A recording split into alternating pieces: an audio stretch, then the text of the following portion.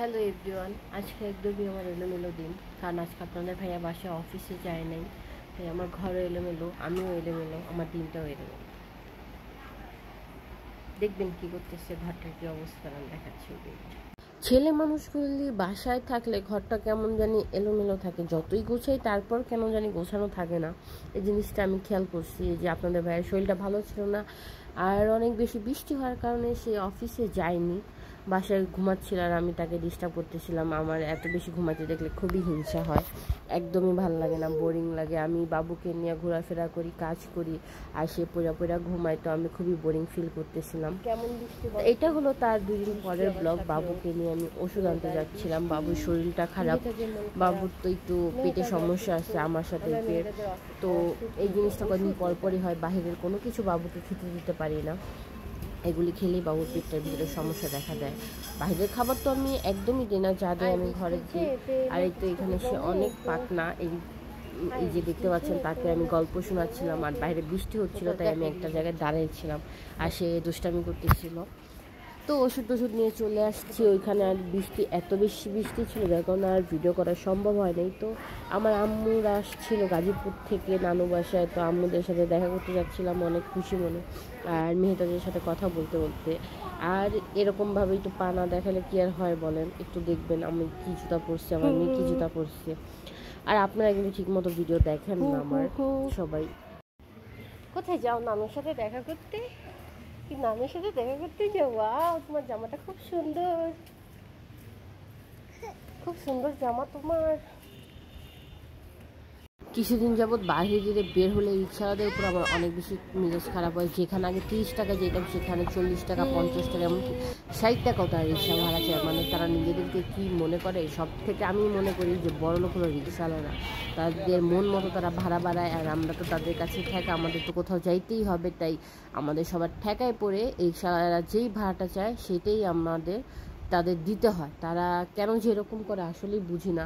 দুনিয়ার সব কিছুরই দাম বাড়ে, শুধু একমাত্র মানুষেরই দাম বাড়ে না। আর এই তো এই যে দেখতেছেন পাকনাবুড়ি আকাশ বাতাস সব দেখতে দেখতে যাচ্ছে, আর ওয়েদারটা মাশাআল্লাহ অনেক সুন্দর ছিল, বৃষ্টি হচ্ছিল, আর বৃষ্টির কারণে আকাশটা একদম থমকে ছিল। আর এটা সিপাহীবাগের রাস্তা, আমি নওয়ের মধ্যে যাচ্ছিলাম সিপাহীবাগ মেয়াদিয়াতে। রাস্তাঘাটে প্রচুর পানি, আর এই তো এই জায়গাটা যারা খিলগাঁও এরিয়ার মধ্যে থাকেন অবশ্যই তারা সবাই চিনবেন যে আমি কোন দিক দিয়ে যাচ্ছি। আমার নানু বাসা মেয়াদিয়া স্কুলের মানে জামতলার এখানে। আর এই তো এটা হলো স্বপ্ন, এই স্বপ্নতে একটা ঘটনা ঘটছিল, মানে বৃষ্টির মধ্যে বাবুকে নিয়ে গেছি, প্যাম্পাস পরে নিয়ে যেতে মনে নেই, বাবু স্বপ্নের মধ্যে ঢুকা পিসি করে দিচ্ছে।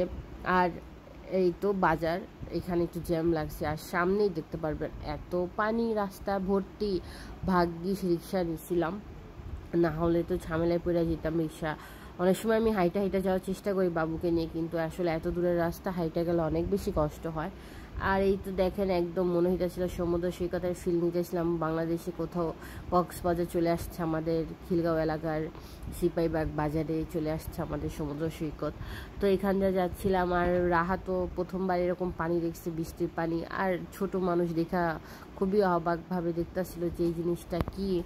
তো আমার মেয়েটা দেখতেছে আর আমি এই সাইডে ভিডিও করতেই আসি। তো আমার পেজের ভিডিওগুলি আপনারা যারা দেখেন অবশ্যই লাইক কমেন্ট শেয়ার করে দিবেন। আপনাদের সবাইকে আমি অনেক বেশি ভালোবাসি, আপনাদের সাপোর্ট সবার অনেক বেশি প্রয়োজন।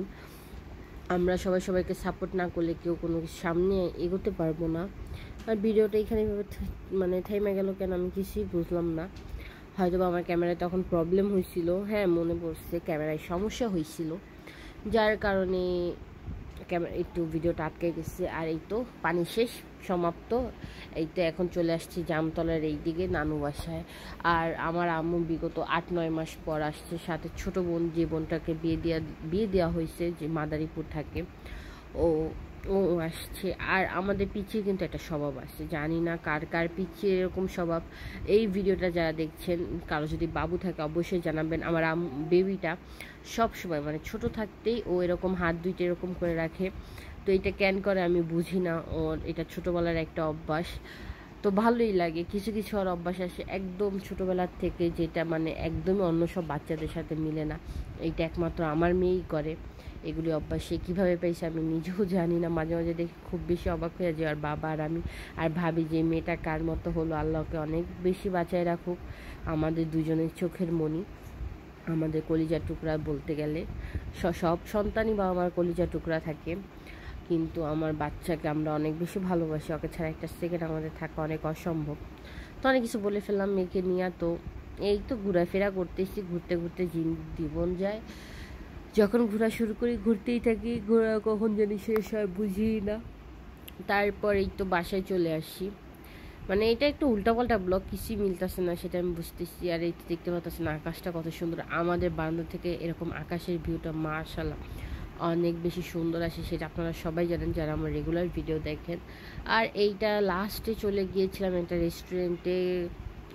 এটা হলো চেয়ার্স টাইপের একটা রেস্টুরেন্ট। এটা পপার্সের উপরে চিজ মেবি, নামটা তেমন